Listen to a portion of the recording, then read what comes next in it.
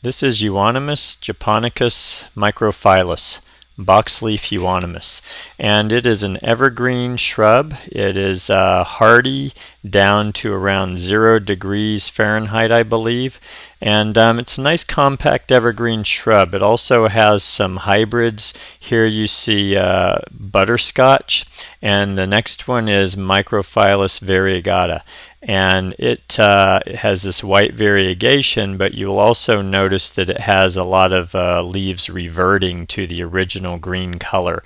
So I'm not a huge fan of this one. I think it's an interesting idea, but it looks a bit messy for my taste. So this is a good box leaf substitute. One of the things about it is how dark green the foliage is. I really love that about this plant, and it has a kind of a semi-formal feel to it when it's pruned tight. Here you're just looking at a grouping of these, and you can see how big they can get. They actually get about 2 feet by 2 feet as they mature, but those, see how compact those are, and this one's grown out and gotten a little larger. So the way I use these is predominantly when I need some dark green structure plant that of a smaller size, 18 inches to 2 feet. This is one that I use. I also use it when I would otherwise use a boxwood, because I like the darker green color of the plant. And in design, that's really the main thing I use them for. A lot of people think these stay smaller, but as you can see, they can get 2 feet wide and 2 feet tall. And also the way you prune them will have a bearing on how tight they are. This is one that hasn't been touched at all apparently, and you can see how it gets a little gangly. So a little easy pruning will tighten that up, like you see in these plants over here.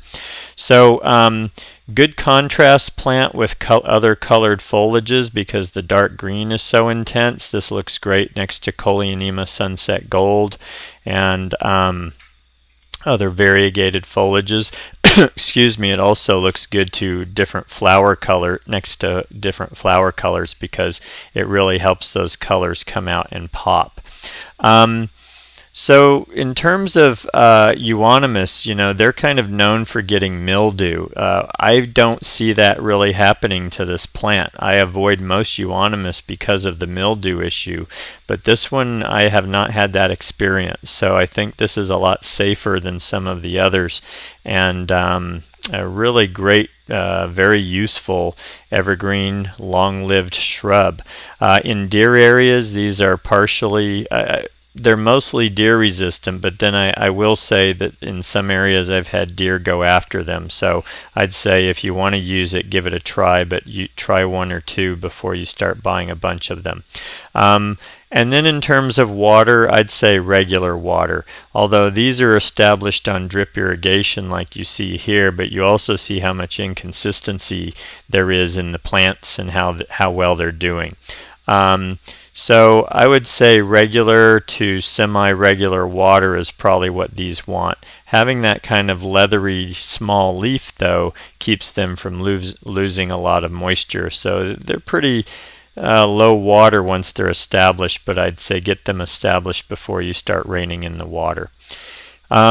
These can be grown in some shade or full sun. I typically am using them in full sun, but they're flexible in that regard. This area you're looking at here is mostly protected from the sun by this fence, so and they're doing just fine.